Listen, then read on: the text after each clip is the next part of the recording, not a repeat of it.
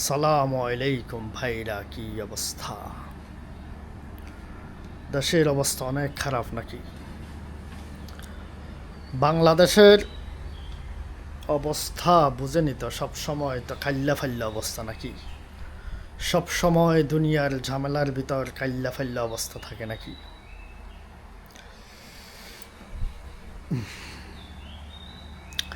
একটা ব্যাপার কি, বাংলাদেশের ব্যাপারে একটা কথা বলি। বাংলাদেশে স্বৈরাচর নাকি কি বলে, আওয়ামী লীগকে কি বলে? স্বৈরাচর। আচ্ছা, স্বৈরাচরের বিদায় হইল বাংলাদেশ থেকে। তো তোমরা বাঙালির এই অবস্থা কেন রে ভাই? তোমরা কয়েকদিন পর পর মাথা গরম করো, কইরা তোমরা কি করে আমি তো বাঙালি বুঝতেছি না। এই যে মনে করো শেখ হাসিনাকে, আচ্ছা সে ফালাইছি বুঝলাম, না ফালাইতে উপায় নাই, বাঙালি চেতে গেছে তাই না? বাঙালি যখন চেতে গেল, শেখ হাসিনা ফালাই কইল যে নাই রে ভাই, আমার বাপের দোহাই দিয়া এইসব চেতনা মেতনা দিয়ে আর খাওয়ানো যাবে না বাঙালিরে। বাঙালির মাথা গরম হয়ে গেছে তাই না? বাঙালির মাথা গরম হয়ে গেছে নাকি? শেখ হাসিনা দৌড়াইয়া খাইতেও পারে নাই, খাওয়াটা শেষ করতে পারে নাই। ডার্লিং, তুমি খাইতেও পারো নাই, খাওয়া রাইখে ফালাইছে, খাওয়া দাওয়া রাইখেই ফালাইছে। ব্যাপারটাকে বুঝছো কি? হায় রে শেখ হাসিনা, তোমার জন্য অনেক দুঃখ হয়, তোমার আব্বুর জন্য অনেক দুঃখ হয়। শেখ মুজিবকে একেবারে এমনভাবে মারছে যে জানা যায় কোনো লোক আসে নাই, সবই রাস্তায় কাঁ খা করে, বুঝছো? বাস্তবে তোমার কেউ দেখতে পারে না। শেখ হাসিনা সত্যি কথা, তোমার কেউ, এই যে তোমার দলের লোকেরা এগুলো তো তোমার ইউজ করতেছে তোমারে। কারণ বাংলাদেশিরা হলো কি, যে শেখ মুজিব আর জিয়াউর রহমান, মানে ধানের শীষ আর কি, এরা হচ্ছে বাংলাদেশ আওয়ামী লীগ, মানে ইন্ডিয়ান লীগ আর কি। তোমরা তো আসলে ইন্ডিয়ান একটা এজেন্ট বাংলাদেশে কাজ করতেছো তাই না? আচ্ছা, ব্যাপার হচ্ছে তোমরা একটা হইলা জিয়ার সৈনিক আর একটা হচ্ছে মুজিবের সৈনিক। বাইরে বাই, এই দুইটা ছাড়া বাংলাদেশে কি অন্য কিছু আর নাই, আর হইবও না, হওয়ার সম্ভাবনাও নাই। শেখ হাসিনা যখন ফালাইলো বাংলাদেশ থেকে, ভাই বাঙালির একটা সুযোগ ছিল, বাঙালির একটা সুযোগ ছিল। শেখ হাসিনা ফালাই যাওয়ার পরে একটা বাংলাদেশ যে একটা ভালো একটা দেশ গঠন করার সুযোগ ছিল। সত্যি কথা, বাংলাদেশ একটা ভালো একটা রাষ্ট্র হিসেবে সুযোগ ছিল। তো সুযোগ ছিল, সুযোগ এরা কাজে লাগায় না। তো এরা কী করছে, ডক্টর ইউনূসকে নিয়ে আসছে। ডক্টর ইউনূসকে আনছে 1 বছর আর 10 বছর হোক, ওরা তো ডক্টর ইউনূসকে হেল্প করবে। বিএনপির, তারপরে এই যে হুজুরদের, মোল্লাদের তো প্রচুর টাইপের দলের কোনো অভাব নাই এদের। 50টা না 100টা দল আছে হুজুরদের। হ্যাঁ, সিরে কামেল, জিহাদি, মুজাহিদিন, মোহাম্মদি, আহাম্মাদি, শিয়া, সুন্নি, দুনিয়ার বক্কর সক্কর। হ্যাঁ, হুজুরদের দলের কোনো অভাব নাই। এ হালারা অনেক দল, তো এগুলা সবগুলাই ডক্টর ইউনূসের পিছনে লাগছিল। দু একটা ছিল পক্ষে, সরমনাই ফরমনাই, তারপরে বিএনপি, এনসিপি, এগুলা সবগুলা, বিশেষ করে বিএনপি। বিএনপিতে বুঝছে এটাই হইল সরকার গঠনের সুবিধা। কারণ যেহেতু আওয়ামী লীগ মাঠে নাই, আমরাই রাজা, মানে শূন্য মাঠে গোল দেওয়ার একটা সুযোগ আর কি। বা এ হালারা বিএনপিরা সুযোগটা ঠিকই কাজে লাগাইছে। ডক্টর ইউনূস চিন্তা করলো, তোরা আমারে আনলি, আমারে বসাইলি, এখন তোরা আমারে মিটিংয়ে বলছ এক কথা, বাইরে গেলে করস আন্দোলন, দুনিয়ার আন্দোলন, দুনিয়ার আন্দোলন। আর ইন্ডিয়া কি করছে, যে উগ্রপন্থী যেগুলো, এগুলোর ছেঁতাই দিছে, হিন্দুদেরকে ছেঁতাই দিছে, ঠিক আছে? তারপরে এদিক দিয়ে বন্যার ফানি ছাইড়া দিল, হ্যাঁ, গেট ছাইড়া দিল। কী যে মাইনকে সিফাই রাখছিল ডক্টর ইউনূসকে। কিন্তু ভাই ডক্টর ইউনূসকে যে গেম দেখাইছে, ডক্টর ইউনুস যে গেম দেখাইছে, এই গেম যদি তোমরা বিএনপি জামাত যে ক্ষমতায় আসো, এই গেম যদি ধরে রাখতে পারো, বাংলাদেশ কিন্তু আগাই যাবে ইনশাল্লাহ। কেউ বাংলাদেশের উন্নতি ঠেকাইতে পারবে না। 100% গ্যারান্টি ভাই, সত্যি কথা, 100% গ্যারান্টি। কেউ, পৃথিবীর কেউ বাংলাদেশের যে সাকসেস এটা বন্ধ রাখতে পারবে না। 100% গ্যারান্টি। বুঝছেন কি? বাংলাদেশের তো শত্রু নেই। বাংলাদেশের শত্রু হইল, সত্যি কথা, ইন্ডিয়া হইল, চায়না কি বাংলাদেশের কোনো উন্নতি চায় না। ইন্ডিয়া বাংলাদেশিদের কোনো উন্নতি চায় না ভাই। বাংলাদেশটা একটা ফকিরের দেশ হয়ে থাকবে, ওদেরকে দাদা দাদা দাদা ডাকবে, এতে এরা শান্তি আর কি। তোমরা ইন্ডিয়ান লীগ যারা আওয়ামী লীগ আর কি ভাই, তোমরা সিম্পল ব্যাপারটা যদি বুঝো না বুঝার ভাব করো, তাহলে আমি বলবো তোমরা আওয়ামী লীগের ফলাফান যেগুলা, ঠিক আছে আওয়ামী লীগ করো, কোনো সমস্যা নাই। আওয়ামী লীগ করো, কোনো সমস্যা নাই। শেখ হাসিনা মুজিবকে ভালোই লাগতে পারে, কোনো সমস্যা নেই। কিন্তু তোমরা এই সিম্পল ব্যাপারটা, যে ইন্ডিয়া যে বাংলাদেশের শত্রু, এই সিম্পল ব্যাপারটা যদি না বুঝো, তোমরা বুঝো না বুঝার ভান করতেছ, কারণ তোমাদের নেত্রী ওই মোদির ব্যাপারে একটু আর কি, তাই না? যে ইন্ডিয়ার ব্যাপারে, কারণ তোমাদের নেত্রী যা বলে তাই রাজি হয়ে যেতে হবে।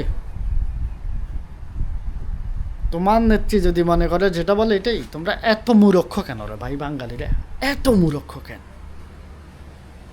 নেত্রী বলবো এই জন্য, নেত্রী যেটা বলবো এটা তো দেশের স্বার্থে কাজ করা। ইন্ডিয়া এটা তোমরা যে মনে করো, দেখো তোমরা আওয়ামী লীগে যারা 17-18 বছর তোমরা আওয়ামী লীগ সরকার ক্ষমতা ছিল না ভাইরা,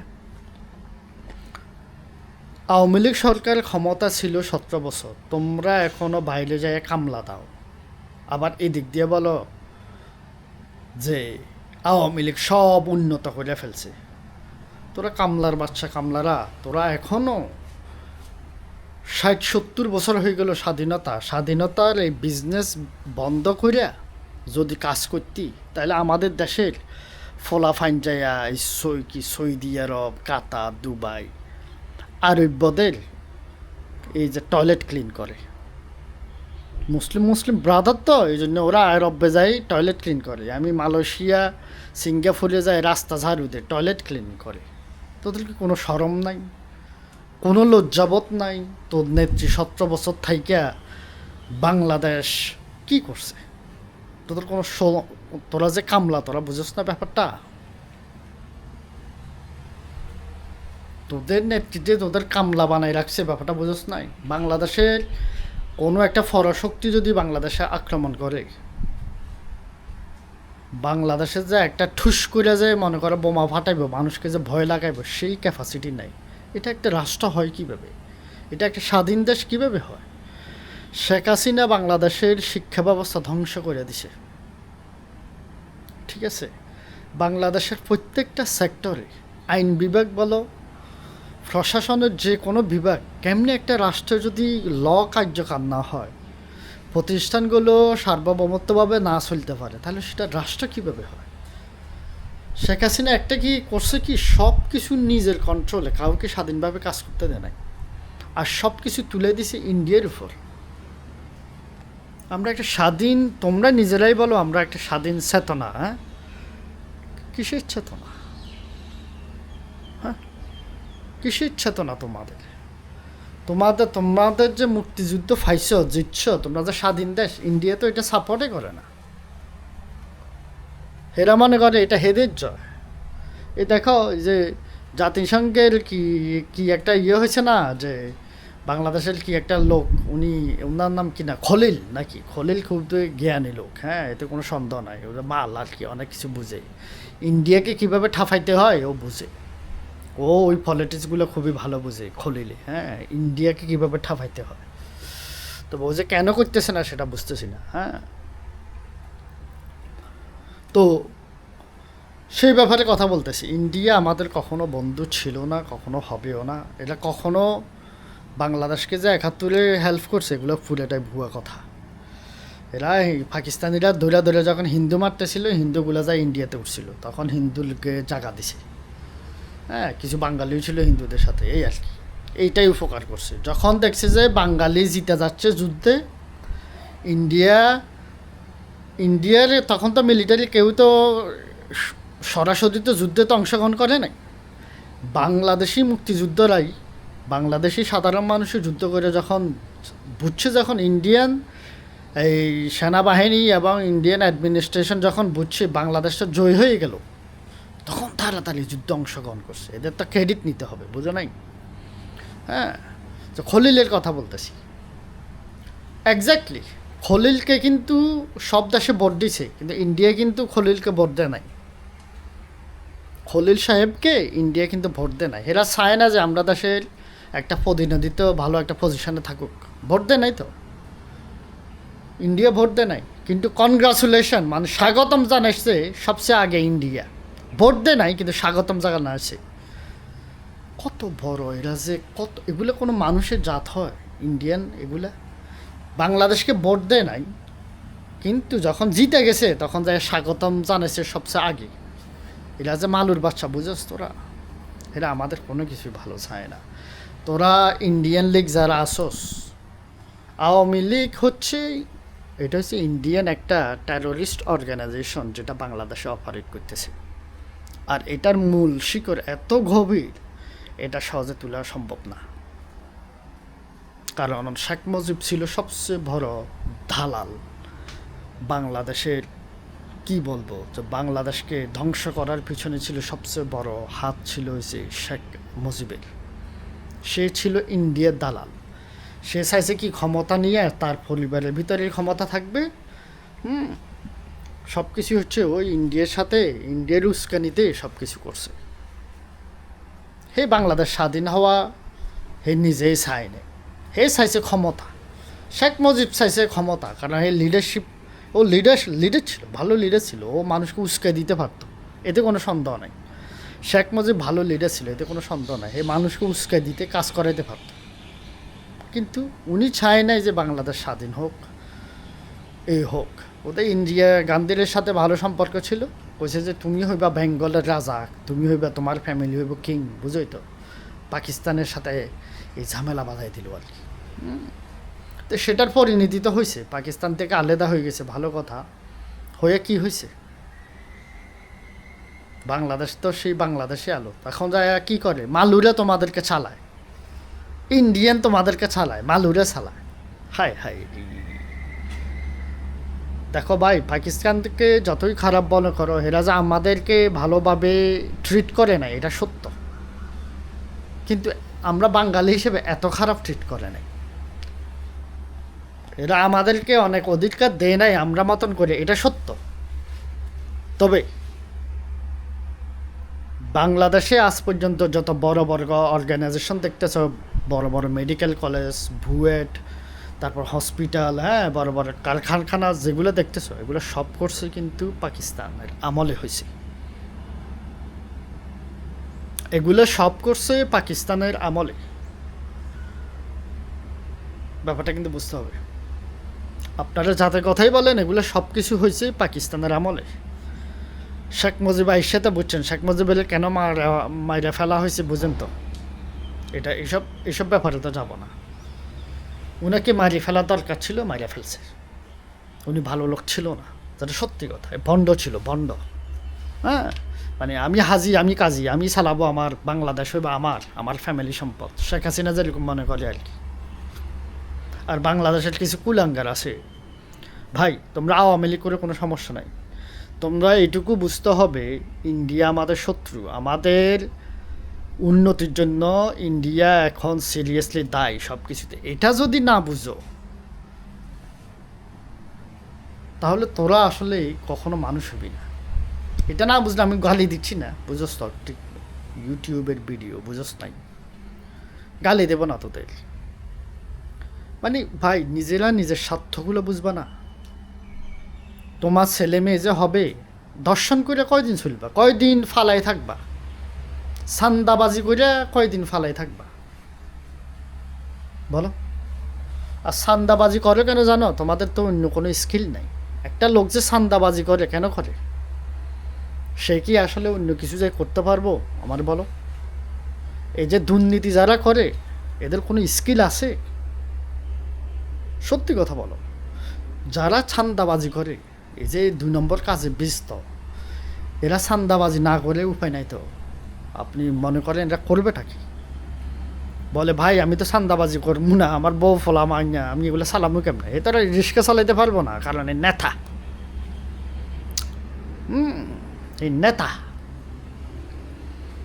ছান্দাবাজি কর, এগুলা করে কী লাভ হবে?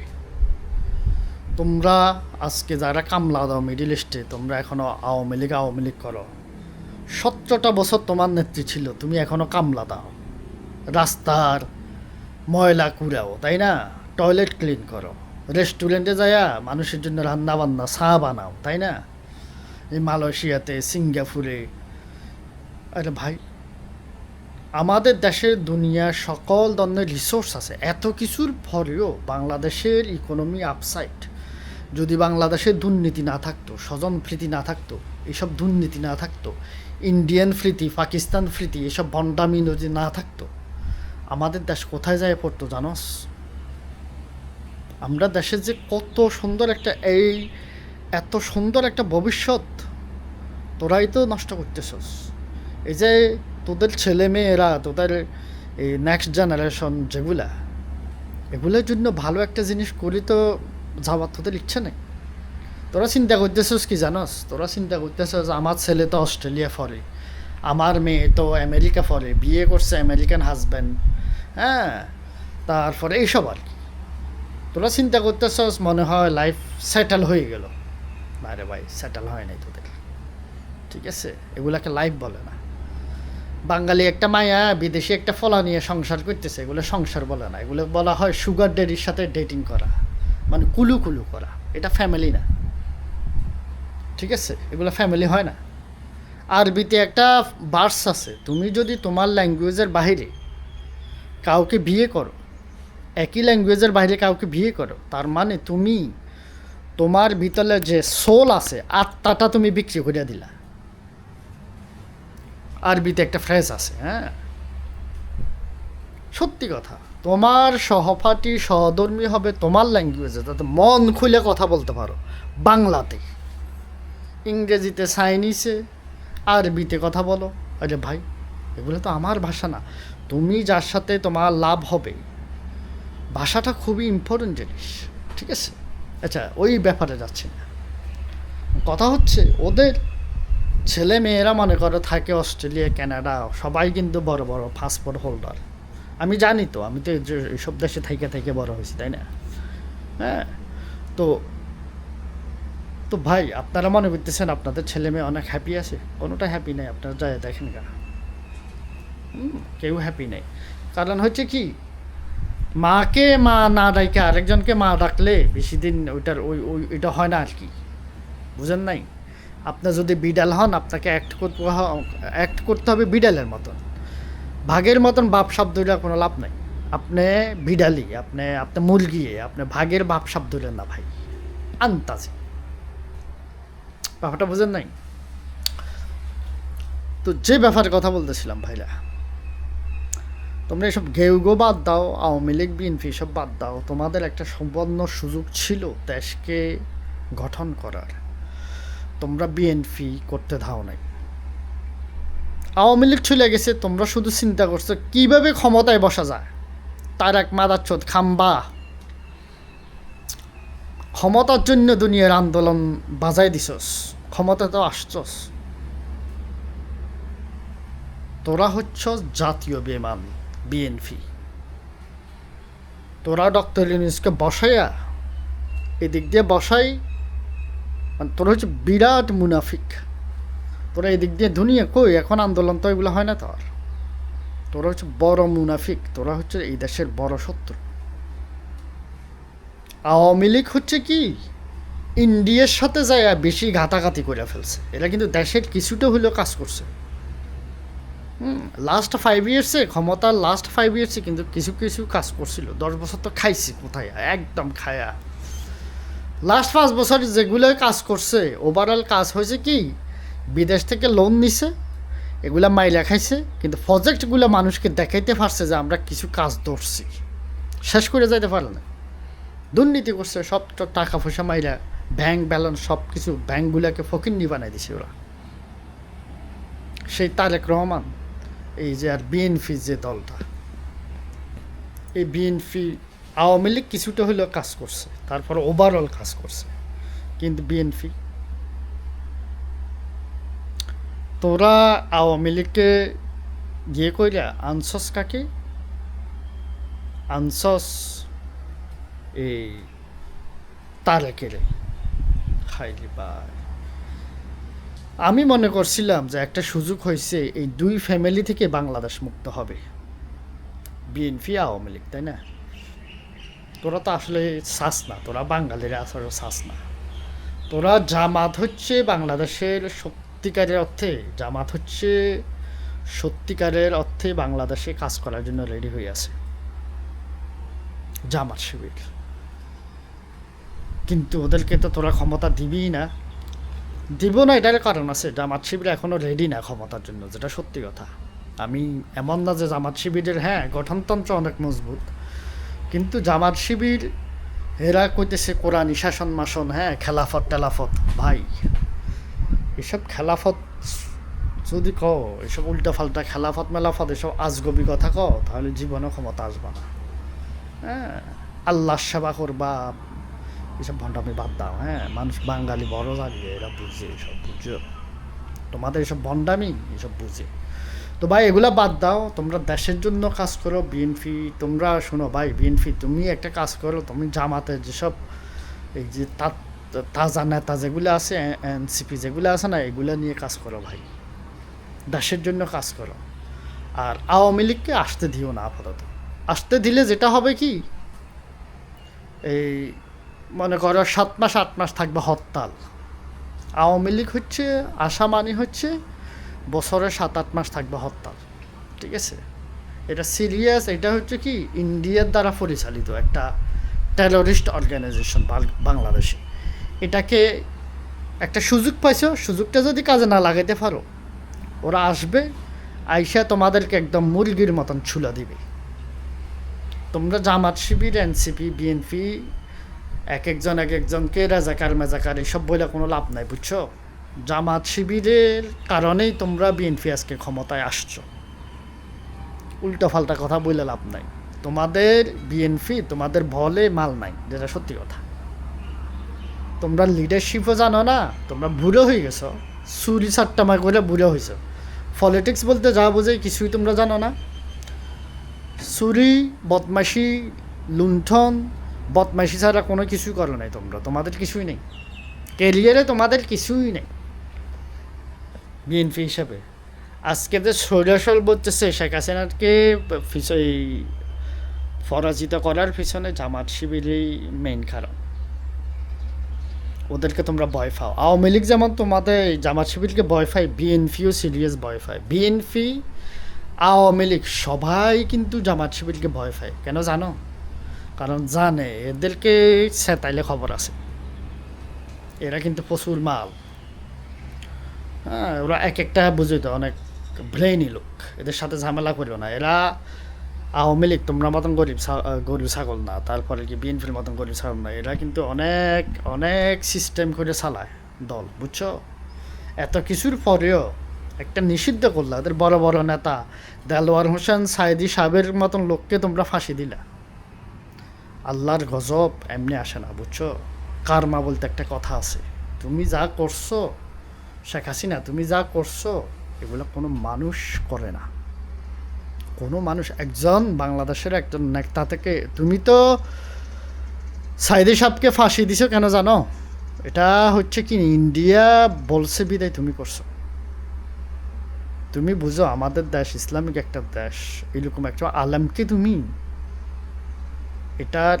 এটা হয় না। একটা মানুষ যে দল করুক যেটা করুক, উনি অনেক ইন্সপিরেশন। হ্যাঁ, জামাত শিবিরের যত শক্তি আছে উনি বাড়াইছে, এটা সত্যি।